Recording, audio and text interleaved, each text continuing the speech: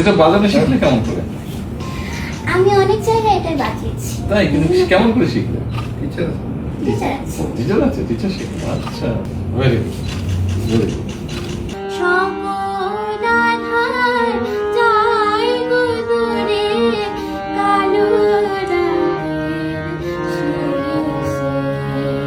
এটা বাজানো শিখলে কেমন করে?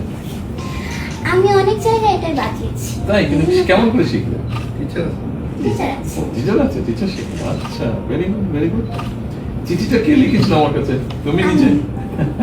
তোমার কেন মনে হলো আমাকে চিঠি লেখার জন্য?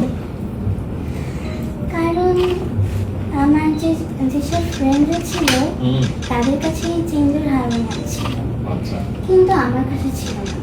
শুধু ছিল অনেক দিন পুরাতন, অনেক দিন আগের একটি হারমোনিয়াম, পুরাতন। সেই হারমোনিয়ামটা ছিল, সেইটা বাজিয়েই শিখেছি। নিজে নিজে শিখেছ? না, টিচার টিচার ছিল। ছিল। আর নিজে নিজেও খুব শেখার আগ্রহ ছিল। মা আমাকে প্র্যাকটিস করাতো, মানে মা বাবার কাছে আমার গান শেখার হাত পড়ে। এটা কি ভালো? হ্যাঁ, এই হারমোনিয়ামটা ভালো? হ্যাঁ। আচ্ছা, আমার তো ধারণা নেই হারমোনিয়াম সম্পর্কে, আমি তো বাজাতে পারি না। তবে আমার কাছে যতটুকু মনে হয়েছে বা অন্যজনের সাথে কথা বলে আঙ্কেলরা হেল্প করেছে, মনে হয়েছে এটা বোধহয় ভালো। তুমি এটা দিয়ে প্র্যাকটিস করো, তারপরে এরপরে যদি আরো ভালো কিছু থাকে তখন আরো ভালো প্র্যাকটিস করতে হবে, দরকার হলে ওটা ইনশাআল্লাহ হবে।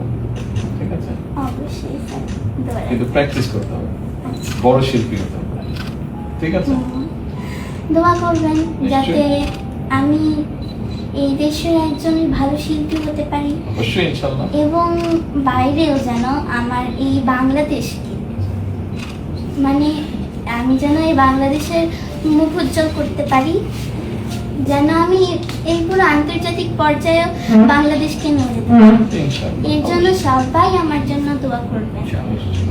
Very good, very good. আমাদের আবার অনেক ছোট ছোট গোষ্ঠী আছে, তারাও হারিয়েছে। তো ওদের ব্যাপারে আমরা একটা পদক্ষেপ নিয়েছি, শুরু করব। আপনাদের ওইদিকে আছে কিছু? হ্যাঁ, আছে। ওইদিকে আছে, দিনাজপুরে আছে, আছে। তারপরে আপনার সুন্দরবনে আছে, চট্টগ্রামে আছে, জামালপুরে আছে, নেত্রকোনায় আছে, ময়মনসিংহে আছে, তোমার সারা দেশে অনেক জায়গায় আছে।